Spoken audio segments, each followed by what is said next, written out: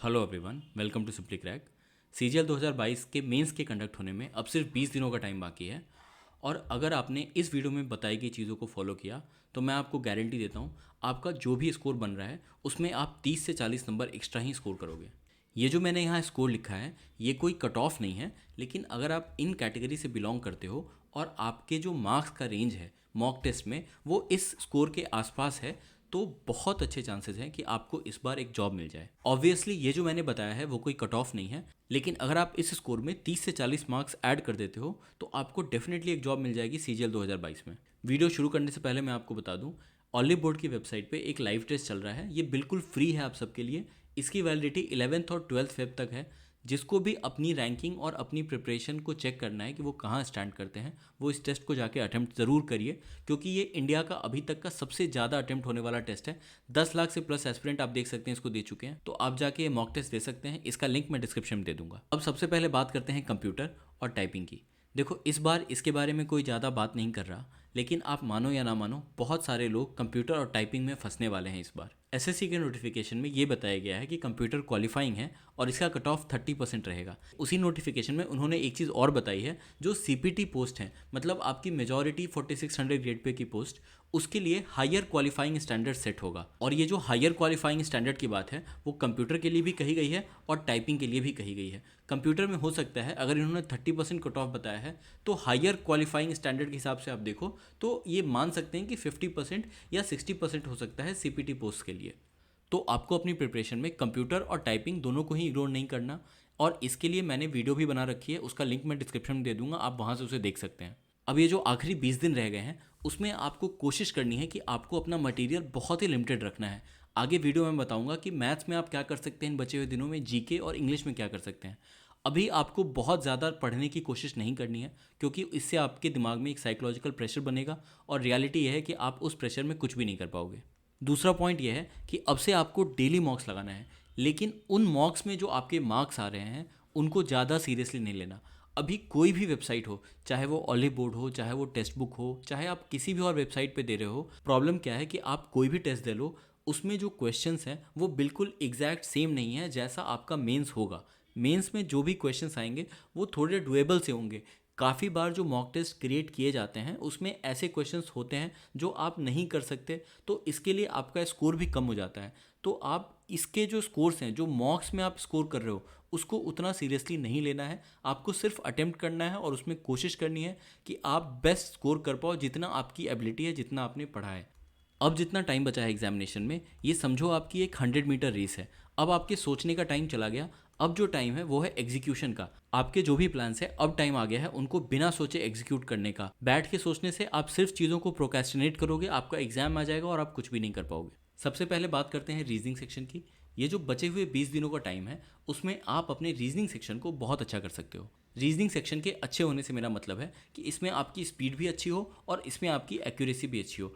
अगर आप मेंस में 25 प्लस क्वेश्चंस कर पाते हो इस सेक्शन में तो एक बहुत ही अच्छा स्कोर होगा। तो अगर आपने रीजनिंग के सिलेबस से अपना कोई भी चैप्टर अभी तक छोड़ रखा है तो वो चैप्टर आप अभी कंप्लीट कर सकते हो इन बचे हुए दिनों में।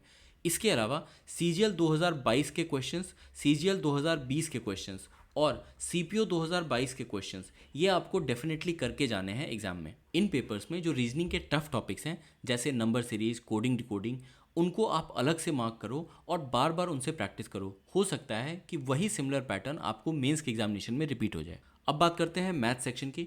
देखो, जिनका भी मैथ्स वीक है, मैंने यहाँ पे कुछ चैप्टर्स को मेंशन किया है, अरिथमेटिक में भी और एडवांस में भी। आप कोशिश करो कि आप इन टॉपिक्स को करके चले जाओ।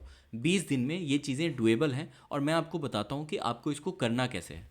मैथ्स के लिए एक पिनैकल की बुक आती है, उसके वैरायटी क्वेश्चंस आपको लगाने हैं। अगर आपका मैथ्स में कोई भी चैप्टर आपको छूट रहा है या आपको नहीं आता है, आपको यहाँ पे पिनैकल की बुक में वैरायटी क्वेश्चंस मिल जाएंगे। ये वैरायटी क्वेश्चंस हर चैप्टर में करीब 40 या 50 हैं और इन 40-50 क्वेश्चंस को आपको अटेम्प्ट करना है। देखो, मैं आपको ये नहीं कह रहा कि ये जो 40-50 वैरायटी क्वेश्चंस हैं आपको ये सारे ही आने चाहिए।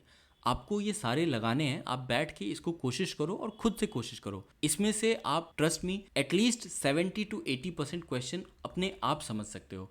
और ये जो 70-80% क्वेश्चन आप समझ लोगे तो एग्ज़ाम में आप यकीन मानो, जो भी चैप्टर्स के आपने वैरायटी क्वेश्चंस कंप्लीट कर लिए, एग्जाम में आप उस चैप्टर से डेफिनेटली क्वेश्चन कर पाओगे। और जिन लोगों ने अपना एडवांस छोड़ रखा है उनको ट्रिगो और अलजेब्रा के क्वेश्चंस, वैरायटी क्वेश्चंस करके जाने चाहिए। इस बार आप ट्रिगो और अलजेब्रा मिस नहीं कर सकते, तो इन 20 दिनों में आपको डेफिनेटली ये दोनों चैप्टर्स करके जाना है। एक और चैप्टर है जो आप में से कोई भी मिस मत करना, वो है प्रोबेबिलिटी। इस बार पहली बार इंट्रोड्यूस हुआ है एसएससी के सिलेबस में।